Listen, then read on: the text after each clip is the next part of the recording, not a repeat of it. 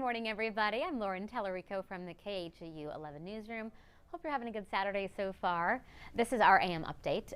Basically just an unscripted conversation we're having with you about some of the top stories we're following this morning, what we'll be following later today. And as you know, or if you've watched this before, you know, you can go ahead and comment in the comment box, and we'll be reading some of those comments. If you have any questions or concerns, nice questions and nice concerns, we'll read those ones. The other ones we might skip over.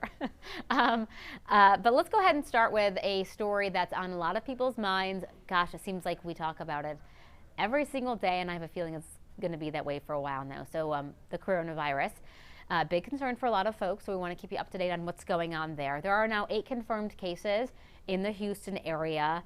Only 3 of the cases, though, are confirmed by the CDC. So the other ones are presumptive positive, and what that means, we've been telling you, is local tests did come back positive for the coronavirus of those people, and the CDC is still waiting on those results. So we'll let you know when those results come in. So here's how the cases break down right now. 3 are in Fort Bend County, 3 are in Harris County, and 2 are in the city of Houston. All of these cases are connected. Okay, that's very important to keep in mind. All of these cases are connected. These people all traveled abroad to Egypt. In fact, we recently learned that they were on a Nile River cruise. And we found that out because in Maryland, the governor of Maryland confirmed that 3 people there also have the coronavirus, and they were traveling with this group as well. You should know 9 other people are being quarantined in the Houston area, self-quarantine, self-isolation, because they were also on that trip. So they're staying indoors, making sure they're not around anybody, to make sure that they don't develop symptoms either. So a heads up to everybody, though. One of those patients went to an Ash Wednesday church service last week. That's February 26th. So this church is called St. Cecilia, and it's near Memorial City. They posted a message on their Facebook page, and this is the message. Basically, they're saying they were contacted by Harris County Public Health. They were contacted yesterday, and they are letting folks know that there was a very specific place that this person was sitting. They were in the last pew. So anybody in the last 3 rows and left side of the church, they're asked to contact the Harris County Health Department. But listen, we have all those details on our website, khau.com. So if you went to the St. Cecilia Catholic Church on Ash Wednesday, that's February 26th, that was the 5:30 Mass, you can look at the story on our website, khau.com, because there's information there that you will probably want to check out. And remember, this story evolves every single day. It's constantly changing. We've made it really simple for you to get the latest information, the updates as we get them. You can text the word FACTS to 713-526-1111. That's FACTS, F-A-C-T-S, to 713-526-1111. And we will send you updates about the coronavirus right to your phone, information that you'll want to hear about. So it's a really simple way to stay informed without having to constantly refresh your browser. Okay, now we're going to move on to a different story that happened overnight, a really scary wake-up call for tons of people at the Marriott Marquis in downtown Houston. It's a really wacky story. Luckily, everybody's okay. So this whole thing started overnight, just before midnight, when apparently a guy walked in. He was trying to check in. He didn't have a credit card, and so the employees wouldn't check him in. This is according to HPD. And he apparently just flipped out. He threw a glass. He stripped off some of his clothes. He ran through the lobby.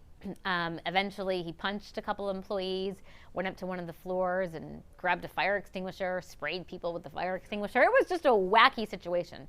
While this was all going on, there were reports that there may have been a shooting. So the whole entire hotel was evacuated. People thought they were being evacuated because of a shooting situation. Luckily, that wasn't the case. Nobody was seriously injured except for those, they weren't seriously injured. Those 2 employees were hurt when he punched him. Probably didn't feel very good. But everyone is expected to be okay. That guy was arrested.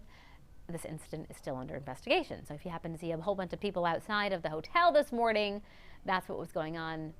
Everybody is okay. But really, gosh, what a wacky story. What a weird way to wake up. That would not be a fun situation in a hotel.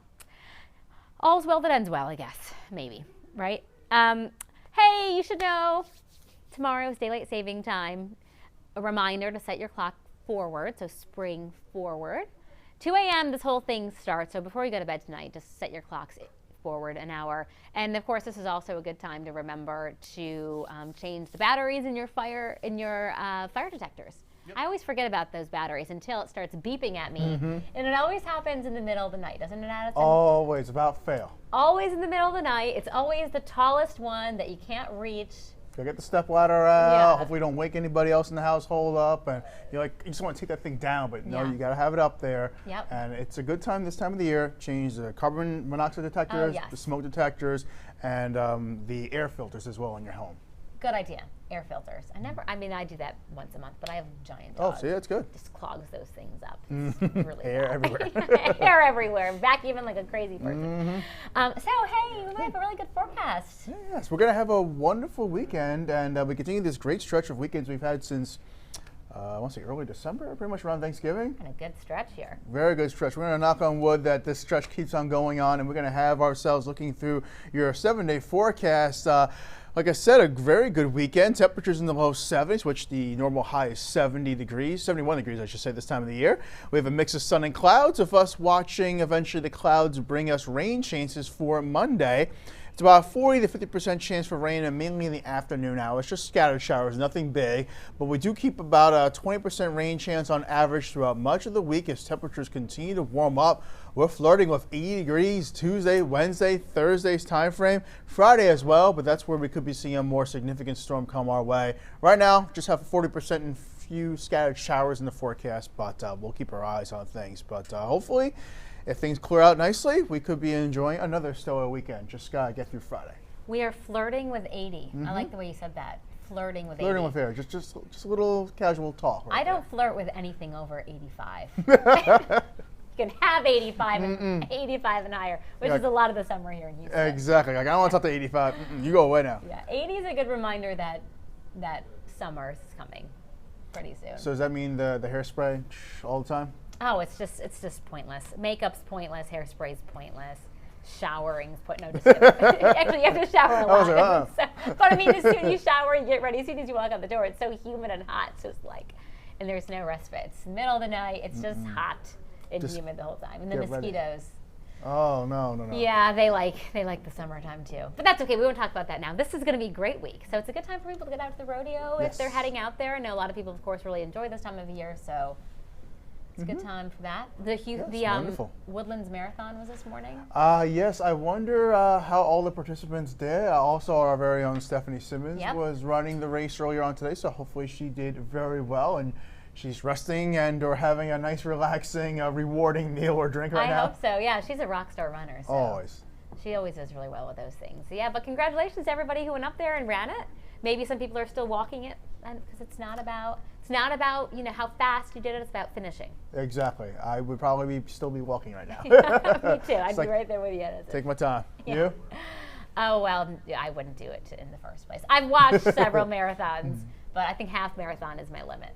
I could picture you probably doing it like in heels, just sprinting the entire way. You think very, very highly of me. Any questions, Chloe, from folks? Any questions or concerns that you've noticed? The biggest thing people are wondering, what are experts saying about the coronavirus in relation to the rodeo? We've gotten a lot of phone calls about that and a lot of emails. Yeah, and I get it. I get your concerns. So we actually did a story about this yesterday. So South by Southwest just announced yesterday that they're canceling in Austin, which is a huge concert. People come from all over the world for that concert, and actually the Houston Rodeo just sent out some information a little while ago about why they haven't canceled yet. Before I get into that, I just want to let you know that we did talk to health officials yesterday. We had a huge, candid, long conversation with them. We posted that to Facebook. They answered your questions live. So that's a great thing to check out. They said at this point, health officials said yesterday, at this point, canceling the rodeo, there's no evidence of community spread. Again, all the cases here, they're all connected. They all traveled to Egypt together. So right now there's no evidence of community spread. And when you start canceling some big events, like what else are you going to? Are you going to cancel sporting events? Are you going to cancel like high school sporting events? Are you going to, so kind of where does it end? Concerts. So at this point, since there's no evidence of community spread, that's not something they're really worrying about at this moment. The Houston Livestock Show and Rodeo sent this message out to people on social media this morning. I believe it was this morning or late last night, but they said the difference between South by Southwest and the Houston Rodeo, almost a quarter of the people that come to South by Southwest in Austin are international travelers. So they're from all over the world, and we know that there's a lot of heavy pockets in different countries of the coronavirus. So we're here in Houston for the rodeo. Like 75% of the people are from the Houston area, 90-something% are from Texas, and then 99% are from the United States. So that international travel concern isn't really there like it is with South by Southwest. So that's what the rodeo is saying. Health officials, again, answered this in detail yesterday. You can check out that conversation on our Facebook page, khu.com, and then also reporter Chris Costa also did a condensed story about that last night. It aired at 10 p.m. So you can look on our website if you want to watch the minute 30 story about that. But yeah, it's a good question. And they do say as the situation evolves, if it evolves, then they will reconsider larger events and figuring out exactly what to do with them. Anything else, Chloe? Well, that's about it. Okay. General consensus, yeah. Okay, good. Well, hey, thanks so much for joining us for this AIM update. I'm in for Brandy Smith today. She's enjoying some time off. We'll be in tomorrow morning together again, though. 7 to 8. 7 to 8. Over here, 7 to 8 right here on Channel 11, and then we'll be doing the follow-up talk sometime usually around 9:30. Yeah. Don't forget, one less hour of sleep, one more hour of sunshine, so it's a trade-off. Yeah, but I want that sleep. Yeah, I like the sleep too, especially when you get in at 4 a.m. Yeah, one of my previous jobs, just as a side note, my start time was 3 in the morning, and so the clock sprung forward an hour from 2 to 3. So if I had woke up my normal time frame, I would have been instantly been late. So I had to wake up even earlier than normal. I'm like, oh. Yep. How it goes. Yeah, working the overnight shifts. That's right. Wonderful. How it goes. It's all right. It's worth it. It's worth it. Because now we get the chance to go outside and enjoy that extra hour of daylight when it comes for tomorrow. Yeah, exactly. Exactly. Hey, thanks so much for joining us.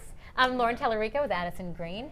Remember, when we're not on air or here and on our Facebook updates, we are on khu.com, and we have that free mobile app at KHU 11. It's great. Download it. We'll send lots of push notifications if you want them to your phone about the subjects you want when you want them. So anyways, have a great Saturday. Enjoy the weather. See you later. See ya.